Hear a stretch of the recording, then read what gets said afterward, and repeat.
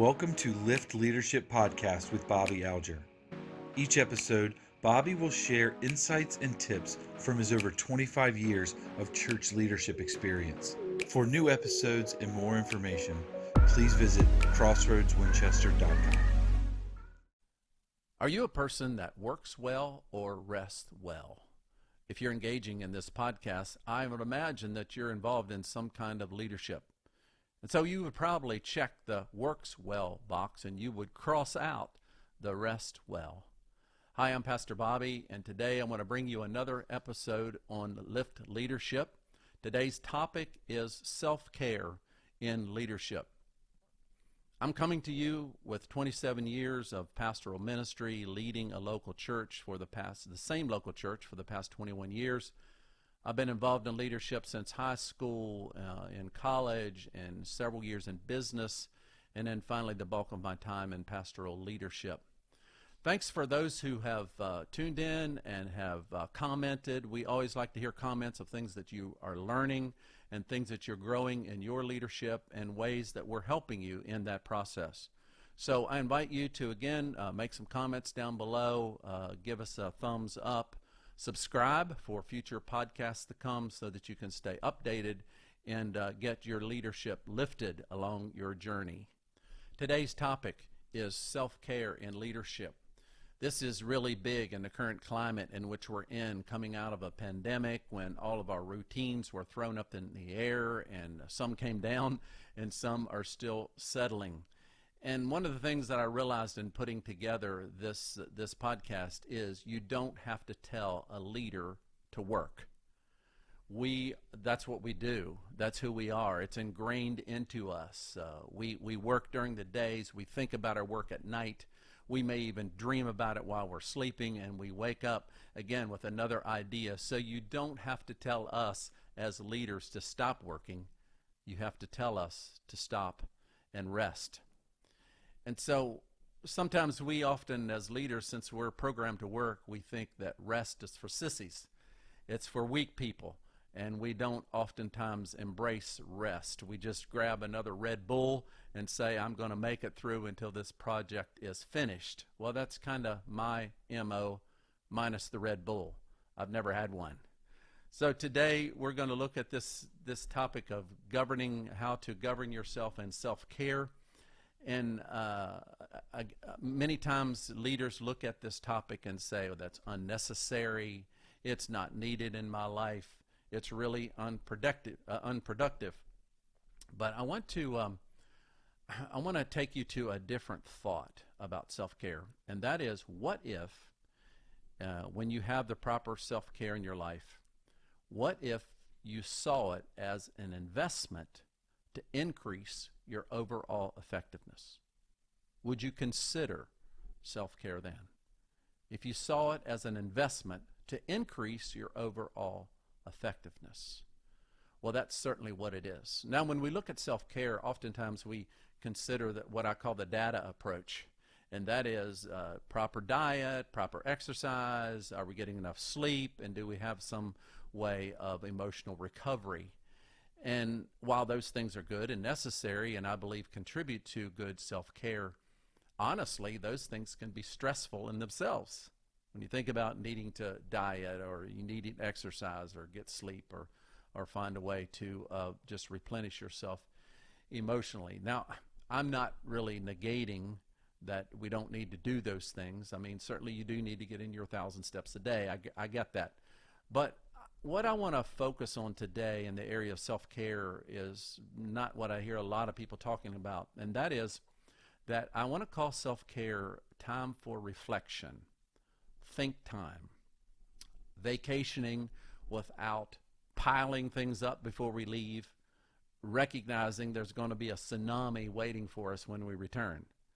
Those are the kind of things that I want to talk about today, which have been, my MO in the past. I love to work. I'm a leader. I find it difficult to rest.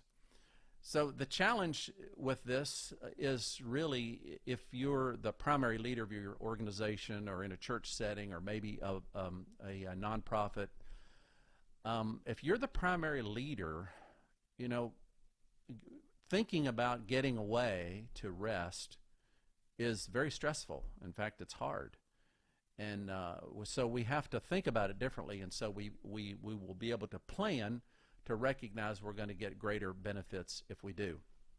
As I mentioned, diet, exercise, sleep, they're all needed and necessary, but I want to talk about it in a different way than perhaps it's normally approached. I heard a story about a Jewish man that was flying to the Caribbean, and the person beside of him asked him, so, well, what are you going to do? And the man simply responded this. He says, I'm going to enjoy the island that I own and just sit and think about and enjoy 3 days of God's creation. That's it. And the person asking him that question was kind of astounded. That's all? He said, yep, that's it. Just going to go down to my island and enjoy 3 days of God's creation. I remember some years ago when I was when I was getting a hold of this principle.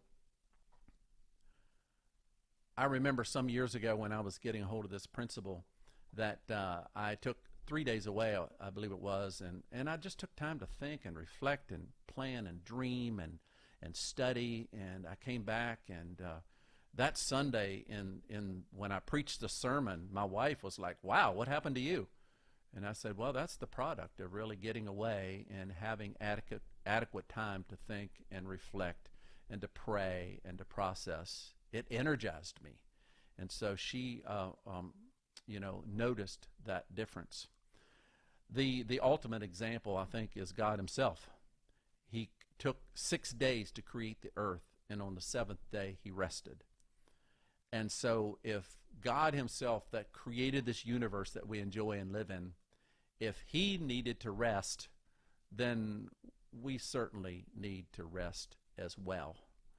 Now, I'm supposing that I've perked your interest, and so let's dive into a couple of the objections that leaders have in not resting or not proper self-care.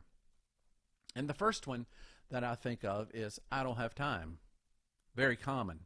That happens. Our minds are so much engaged in even thinking about getting away or time away is stressful to think about. I remember some time ago, the kids were small and we were getting ready for a vacation, and so I'd gone to the grocery store to get a few items before we took off the next day.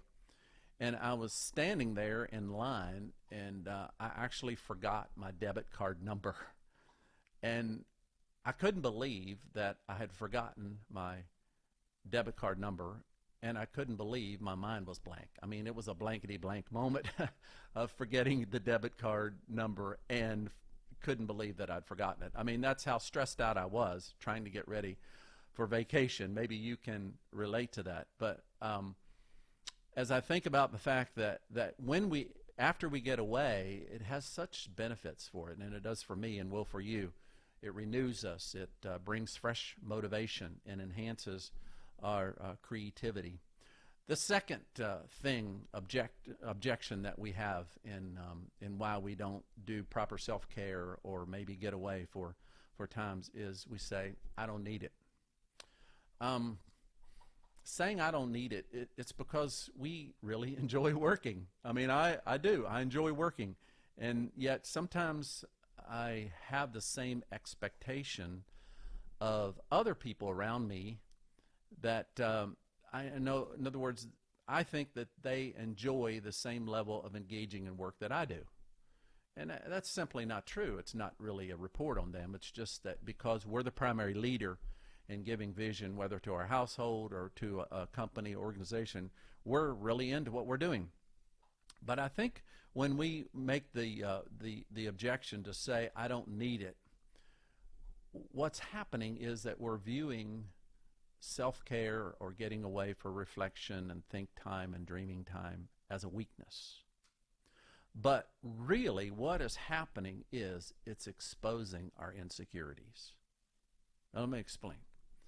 You see, when we begin to think, I don't need it or I don't have time, really what it's doing, it's exposing the fact that we either can't delegate properly or can't take time ahead of time to delegate to others and to figure out how your organization is going to run while you're out. And so we suddenly become insecure about the fact of how are things going to go while we're gone. And it weighs on us so much that we then don't take time away. We think, I'm going to be out and I'm going to get that sales call that's going to just blow things out of the water, and I'm going to miss it if I'm away. And we begin to adopt that kind of thinking, which is really just an insecurity that we have. I love listening to Bob Goff. I don't know if you know that name. He has a podcast called Dream Big. And the thing that impacts me about, he brings on people that are doing, just ordinary people, many that you've not heard, doing extraordinary things in the world, just starting nonprofits and NGOs and things that are just blowing it out of the water. But one of the things that Bob usually asks these people is, what are your insecurities? In other words, he recognizes that in order to accomplish something big, you have to blast through your insecurities in order to accomplish that. And I'm amazed at these people that you never would think. I mean, they're full of such confidence in the way they talk and describe their ministry and the way that they're growing and doing things that are changing lives. And yet they all have named one or two insecurities that they deal with.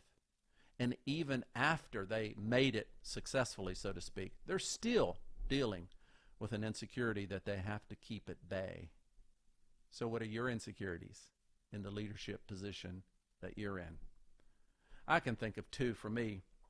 One is that I question whether or not I really have something valuable to say that will benefit others. The second one is I think I could really say it better than the other person talking.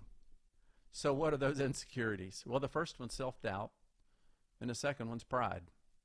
That's really what they are. And so I battle with those even today in the position that I'm in.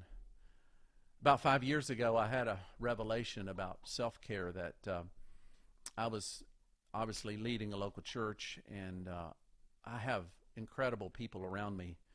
But one of the things that if you're a leader of your organization, you have the privilege of making up your own schedule.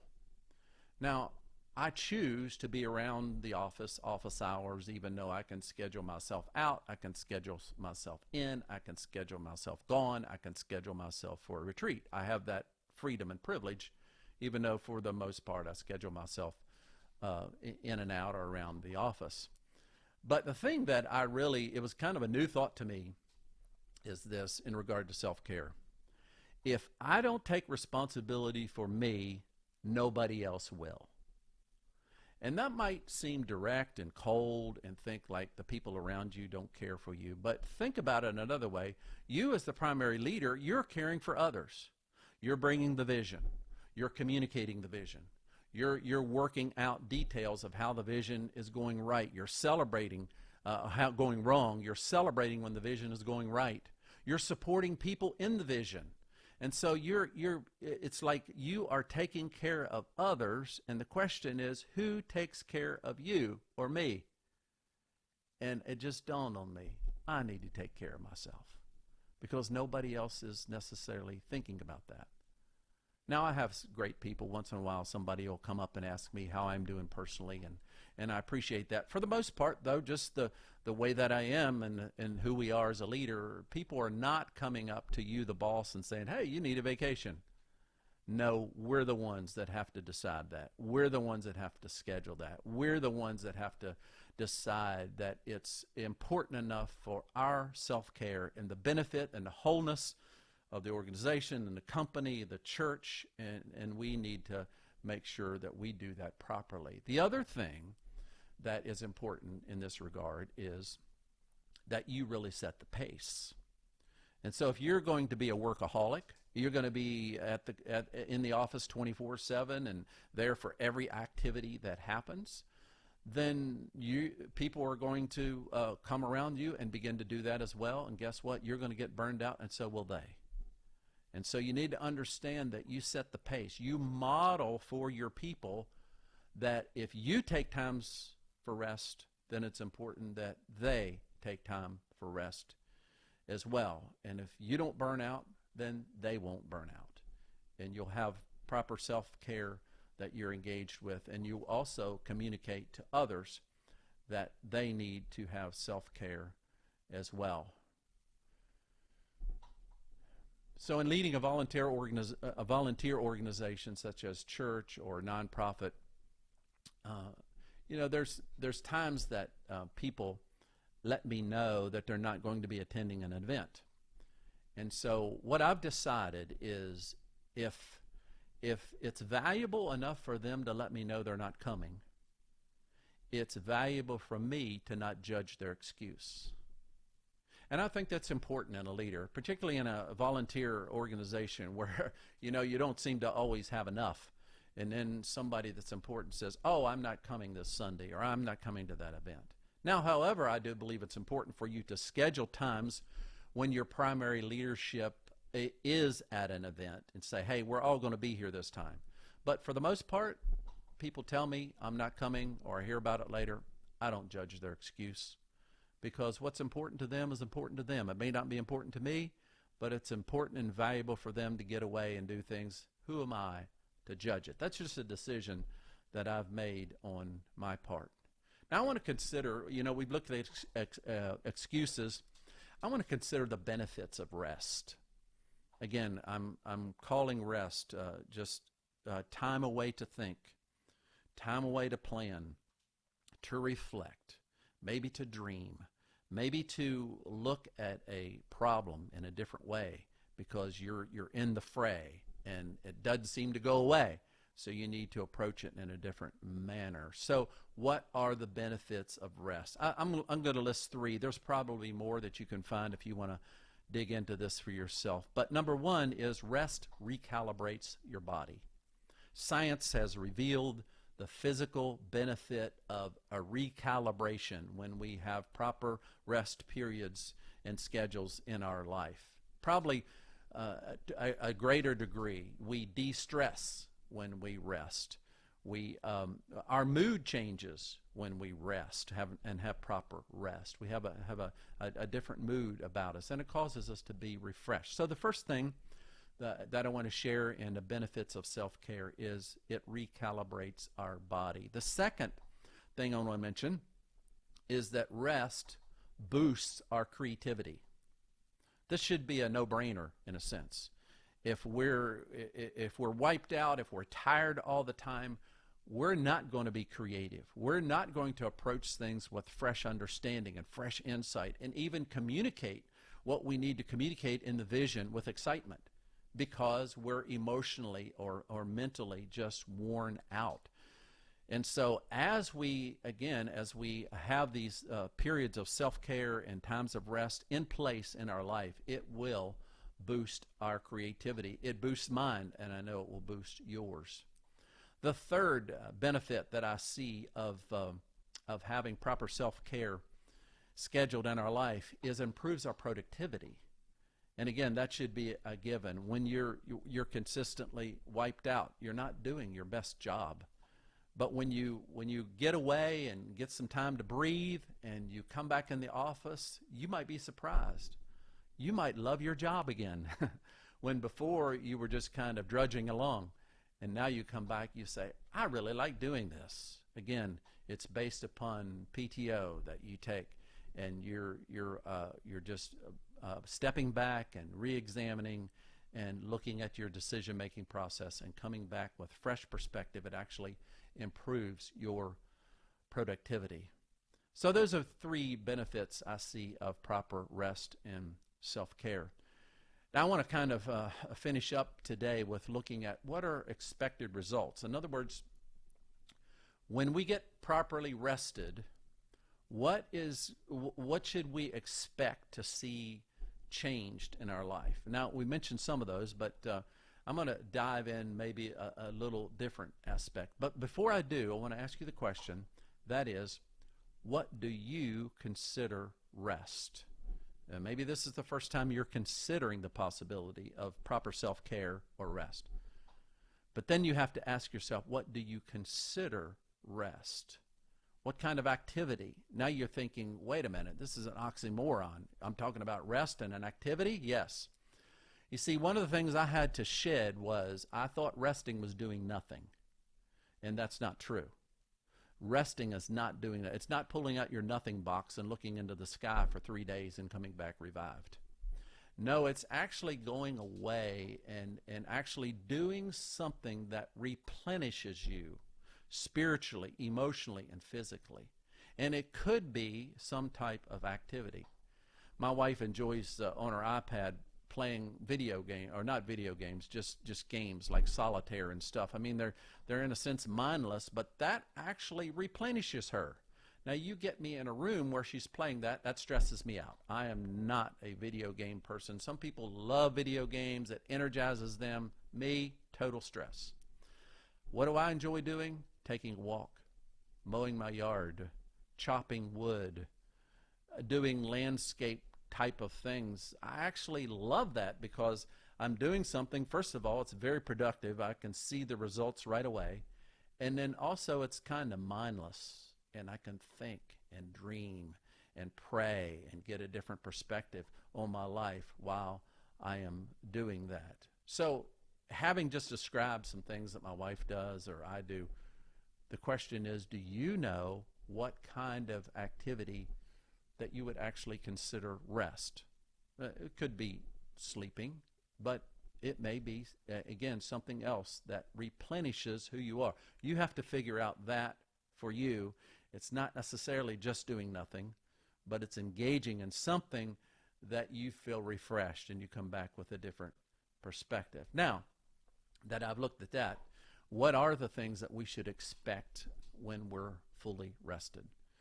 And the main one that I'm going to hit here is that we come away more grateful for the organization that you serve and the people that serve around you and the place that you are in life. Just more grateful. You see, as leaders, we are in the trenches helping people solve problems, bringing vision. We are supporting people. We are correcting things. And all of that can actually cause us to look at the glass half empty all the time. But when you get away and you properly rest and do self-care, what's going to happen is you'll come away and you'll see the glass half full. That's what I mean by being grateful. And so I believe that one of the characteristics that for us to know if we've come away fully rested is if we come back and we see the glass half full. We see the things that are going right. We see the way that people are surrounding and catching the vision and doing it. And we see that rather than the other way we normally work is seeing everything that's going wrong and all that we have to do and all that we want to do and we haven't done yet. But proper rest flips that upside down and we become more grateful. The other thing I want to bring up is to be able to now think about how you can schedule time away.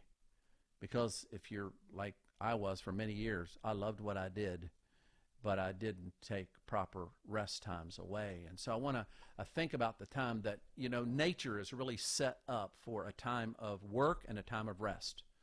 I think of growing up on a farm, and come spring, it was planting season. So we tilled the ground, we put the seeds in the ground, and then there was a rest period for a period of time while the plants were growing. And then harvest time, again, everybody was in and harvesting the crops. And I think that we should look at our life in that kind of routine or scheduling, that we have times that we really jump in, and maybe we're going 24/7 for a week, but then we need to back off and go, wait a minute, I can't sustain that for long. I have to be able to pull back and reflect at what I've done. And so, again, scheduling time away is a tough thing for a good leader because we're just programmed to work, and yet it's so necessary. I've found that in my life that we actually do that and be intentional about scheduling time away. The other thing I want to mention is to even look at your day, and that is, what is a good routine throughout our day? Do I, again, care for myself in the normal ways, the exercise, the eating, the sleep? Do I have time that I pull away from my work? Don't take too much work home, and don't get up in the morning and dive right in. But have moments and seasons where you're shifting to something else. Electricity that we all enjoy is a great thing, and with it came the light bulb. But before that, people went to bed at when the sun went down, and they got up when the sun came up. About 10 hours of sleep. Today, electricity and the light bulb has certainly interrupted that. And we can, at the click of a switch or flip of a button, we turn lights on, and we can be awake and do, and it's invaded, again, our ability to properly rest. Heard a story about a missionary who had been on the field for many years, and then a young one came to really support the work that he was in, and the young guy came full of energy. I mean, he had vision, energy, vigor. He was just ready to jump in and do this thing. And his first day in after lunch, the older missionary disappeared. And the young one was like, where'd he go? So he walked around the house, and finally he found him, and he was asleep. And the young guy just couldn't believe it. I mean, he was here ready to go, and this older guy's asleep. And so he patiently waited until he woke up and said, what are you doing? There's so much work to do. And the older guy looked at him and said, son, I'm in it for the long haul. And we have to recognize that we have so much time here on this earth, and we might be full of energy when we first start in a job, or that we're young, and so, but we need to think about the fact of, how do I stay in this for the long haul? How do I finish well? And those are things that we need to consider along the way, and not just get to a place after we're burned out or have chronic fatigue that we try to make changes. No, we need to think about it ahead of time, which is why I'm bringing this podcast to you. Certainly we can overextend ourselves, and yet when we do that for a longer period of time, it is extremely detrimental, not only to our health and our vision and our productivity, but even those around us that want to support us and see us do well. So what I'm really coming down to is self-care, and having rest times away is actually a very mature way of doing life.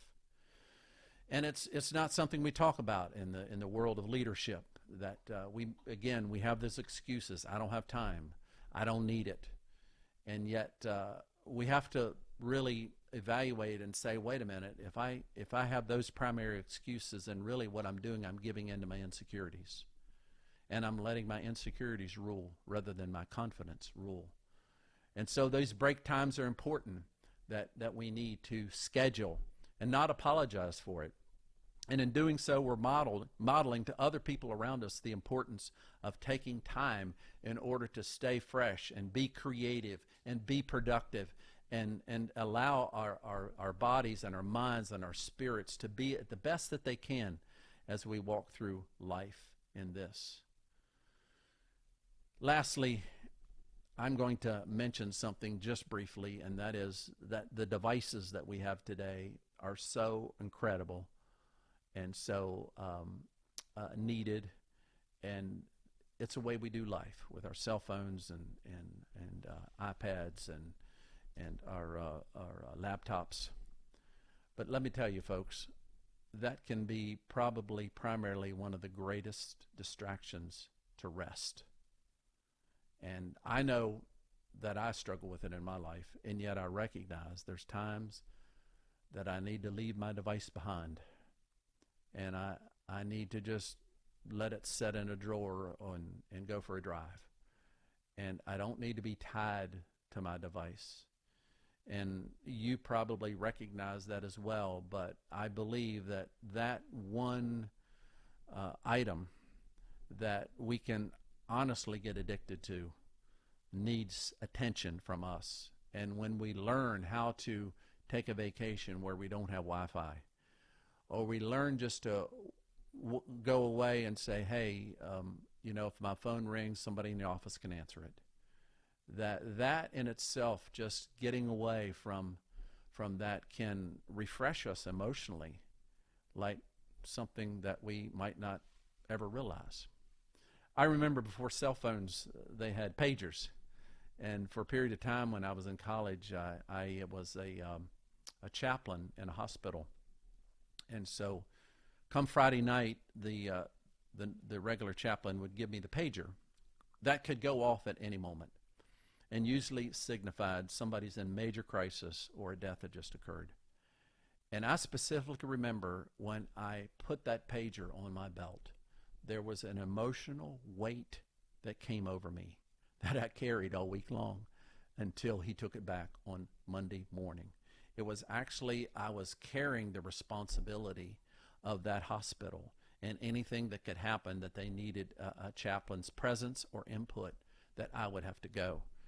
And so sometimes we don't realize that some of these modern devices that we have actually weigh us down and keep us from the rest that we need. Well, I spent too much time on that one. I expected just to hit it and move on, but I really believe it's something that you need to consider and I need to consider in scheduling our rest times as well as self-care. Well, I trust that you gained something from our time together. And again, I'd love to see your comment about what was meaningful to you so that I can learn and you can grow. And our goal is to send out a podcast around the 25th of every month. And I'm delighted to say at the taping of this one, you're going to hear it. But at the taping of this podcast, I'm headed for 10 days of vacation. My wife and I are getting ready to head out here in a couple of days and enjoy some time together. So, again, thank you for tuning in. It's exciting to connect with you in this way. And our goal is to lift up your leadership to a new level. Take care and rest well.